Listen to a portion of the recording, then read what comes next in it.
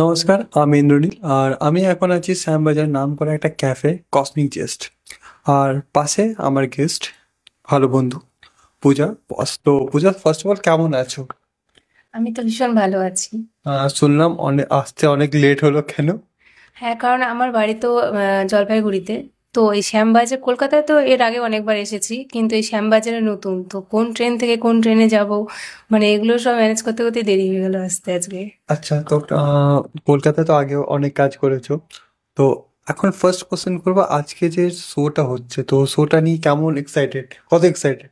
ভীষণ এক্সাইটেড। তো first of all Puja, modelling industry একটা এমন ইন্ডাস্ট্রি, কলকাতায় সবাই এটা পজিটিভও বলে, নেগেটিভও বলে। তো ফার্স্ট আমি জানবো এই ইন্ডাস্ট্রিতে কি করে তুমি ইন হলে, মানে কি করে ফার্স্ট কাজ পেলে?